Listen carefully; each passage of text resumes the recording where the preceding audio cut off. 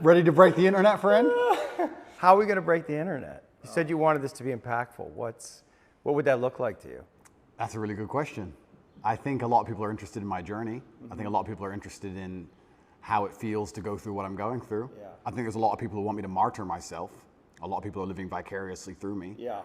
There's a lot of people who say, yeah, Andrew, keep going. But they don't really care. They just enjoy the drama of it all. And I think I've already broken the internet, but you're a very interesting man to talk to. And with your insights, I think together, we're going to have quite a large audience. Yeah, I mean, that's a question that I have for you. Why did you want to talk to me? Because I'm a psychotherapist. You have your skepticism about psychotherapy, and yet here I am. That's true. We had a conversation before, and I've been told by many people it was my most interesting podcast ever. So I think it obviously varies from the norm in terms of the normal things I'm asked about. You have some unique insights. And I thought it'd be an interesting conversation. A lot of people are asking me especially about my mental state and those kind of things post-jail. So I thought, well, my most interesting podcast ever. People seem to be very interested in that side of me. So perhaps it can be a good conversation. Does it make you nervous that there may be things that you don't know about yourself that I'm going to try to reveal to you? I know everything about myself, my friend. You know everything about yourself. I believe that I have an intimate grasp of all the things about myself which matter, which allow me to compete. Right. So there may be things I don't know, but I'm not sure if I particularly need them. So I'm not that interested. Right. What's useful is more important than what's true. Absolutely. Right, and you've developed a framework of thinking about yourself and thinking about reality that's been incredibly effective for you. Completely. Right. What's useful is more, you nailed it, what's useful is more important than what's true. This is an old argument of mine, but I think we discussed it in the last podcast, and I'll say it again. When I say I don't believe in depression, nobody can convince me to believe in depression. That's not a matter of discussing whether depression's real or not. That's a matter of me accepting that my mental model for going through life is more effective if I don't believe I can become a depressed person. Yeah. I don't believe in depression, so I can't be depressed, so that allows me to be more effective. It's not a matter of sitting there going, well, maybe it's true, maybe it isn't. I don't believe in it, so I can't catch it. You shape your own reality through the conviction of your thoughts, your beliefs, and the words that you use. Why else would you adopt any kind of mindset unless it's designed specifically to make you competitive and make you win? You install the software in your mind, right? So if I'm going to install software in my mind. Did you install it? Well, I've tried very hard to curate it. Right, because wasn't it installed by your upbringing? Wasn't it installed by your mother and your father in some way? Good question. Before you were conscious, while you were just a developing child, like something got programmed into your psyche that has to have an impact on you. And those things can't necessarily be known because you were at such a young age. Absolutely. We're all programmed to some degree. I agree with you on this so far. I don't think anybody can escape programming, whether it's society, whether it's a television show, whether it's the people around you, peer pressure, whether it's a religion. We're all programmed to some degree. That's absolutely not really true. What I have done, and what I think most people do not do, is heavily analyze why I hold the beliefs I hold, why they help me. If I don't hold the belief personally, or if I didn't learn it from personal experience, I know where it came from, who tried to teach me that, whether their intentions for me were good or bad. And I've tried very hard to have my mindset rigidly analyzed and make sure that it's put together in a way which benefits me completely and absolutely. And I do not believe in things that take away power from me. Right. I refuse to do that. I would rather say that they are not real. And people will sit here and argue to the end of time that they are real, but they're not real in my world. And I live inside of my mind. So even if you throw me in a Romanian dungeon, the idea that I become a depressed person is not a framework that my mind works within, so I can't become depressed. I can feel a little bit sad, sure, I can feel depressed, but I can't be depressed. They're very different things. So that's just the mindset I've installed, and it's allowed me to be competitive. And I believe, personally, my personal beliefs are that life as a man is hyper-competitive, and whatever software you have in your mind should be designed to make you as competitive as possible, and you shouldn't be believing in absolutely anything else.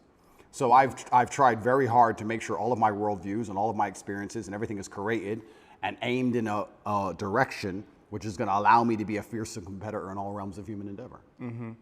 Have there been some of your beliefs or convictions that have been challenged through the experiences that you've had, particularly in the recently? Well, people challenge me often. And what a lot of people don't understand is that I will never adopt the thinking of somebody who is sad, and I will never adopt the thinking of somebody who is less competitive than I am or less successful than I am. If someone comes along and goes, Andrew, you are wrong, the way you see the world is wrong, but they are suffering from an affliction, why would I adopt a single iota of what they say? So it's kind of funny when I talk about depression the number of people who defend depression. Depression's ruined my life, it's super real, and I lost my wife, and my life is over, and I want to kill myself, it's real. I'm like, surely you should like my worldview. If depression's so terrible and it's destroyed your entire existence, you should be listening to me tell you it's not real. But instead they're defending it and sticking up for it, which I find very interesting. So that's the first thing. In regards to whether I have had any of my convictions challenged, it's kind of amazing. Maybe it's just a semantics trick, and maybe it's that simple. Maybe it's as simple as saying, I feel a little bit depressed today, but I am not a depressed person, and I cannot become depressive. I'm not going to have depression. Maybe it's just a semantics trip, and by saying that alone, I understand that it's a temporary state of mind, which I can alter and I can affect. And I've never struggled with long-term depression or long-term negative thoughts because I don't believe in that mental model. I think that your mind, like I said, it's software, it's programmed in, and they say inside the Matrix or in every single video game, there are boundaries and there are limits. There are certain things you can and can't do. And I don't believe my mind can be put in a state of permanent negativity. I don't believe in that. I don't think it's possible, so it just doesn't happen. You said you experienced depression, some form of depression or depressive feelings and sadness in prison. What were the thoughts that were coming up? What was happening? Well, there's a lot of uncertainty, which is the first thing That has to be scary. It is scary. It's scary. And also because you're a man who's totally in control of your world, of your life, and that's almost like an imperative for you. And that gives you power. And all of a sudden you're thrust into a situation where you're essentially helpless. Well, you just nailed it. You completely nailed it, because I was exactly about to say it's the uncertainty that I struggle with the most, because in my life I'm in charge of everything. I know exactly how everything works, and I'm the boss, and I get to control absolutely everything. And this is the first time in a long time I'm in a scenario where I have no power whatsoever, no influence, basically.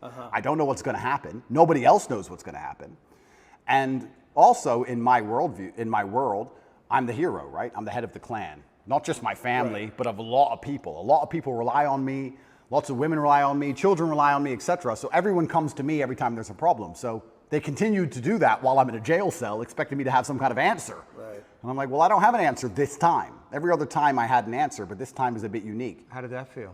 You don't have the answers. You can't help. Yeah, I mean, it was frustrating.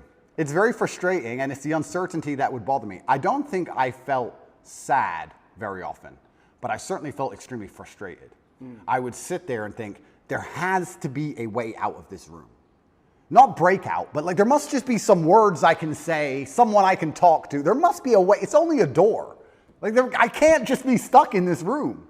And it was hyper frustrating. Yeah, and the uncertainty of it is also scary, because in my situation, every 30 days they decide if they hold you longer or not. And I was encountering people who had been in there for years in my scenario. So. Well, the uncertainty is a form of torture, really. Oh, absolutely. Yeah, it's torture. It is torture. And it's designed to make you break. You don't know how long you're going to be there for. Nobody knows. You hear horror stories. You see other people getting out who've done worse things than you after a week because they've signed a piece of paper or admitted to something or whatever they've done a deal. And you're sitting there, and yeah, it's hyper frustrating. And I think you have two choices as a man. Often when bad things happen, I feel like you can maybe get depressed and sad about it, but the other outlet's usually anger or a form of anger. I felt like anger was more, in many cases, anger is more effective, I guess. It's more useful. You were angry in there? I wouldn't say I was angry, but if I started to feel negative, I could turn it into frustration or anger, which I could at least alleviate with 2,000 push-ups. It's better than feeling sorry for myself. I feel like if I had to choose one of the two outlets, deciding to use controlled anger was more beneficial than sitting around feeling sorry for myself. I don't ever believe in moping or feeling sad. So when I was at my worst, perhaps I was a little bit angry. But then again, I also think I do that in my normal life. If I'm honest, I don't think anger is a necessarily bad thing. I think that misdirected anger is a bad thing. I think if you get very angry about scenarios and you put it in the correct direction, you get unlimited motivation and you get a lot done. The water behind the dam, it can be destructive, but if it's pushing through the turbine, it powers the town, right? So if I wake up and I go, I want more money, if I can get pissed off enough about it, I can do 36-hour work days, right? So there's nothing wrong with being angry in my world as long as you are putting it in the correct direction. It's uncontrolled anger, I think, is a problem. Right, anger can be used as a fuel, and it's necessary. And from my framework, anger sometimes is a mask for pain. I'd agree with that. So did you experience pain in there? I know pain is a kind of an abstract word, but was it painful for you?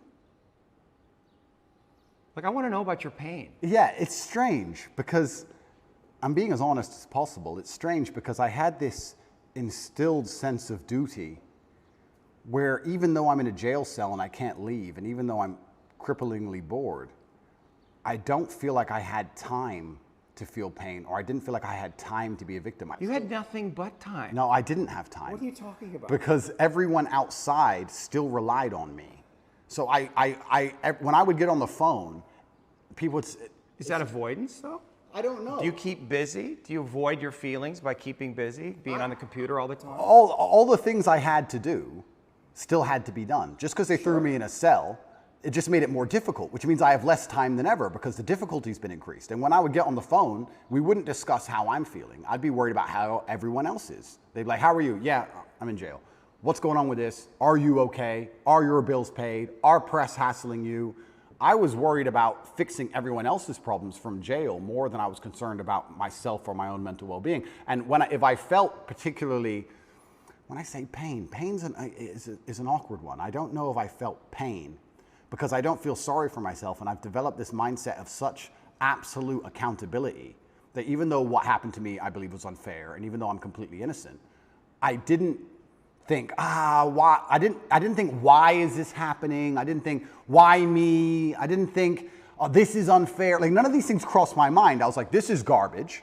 However, you can't become the most Googled man in the world without, with every light has a dark, right? Like, let's be realistic about this. Yeah.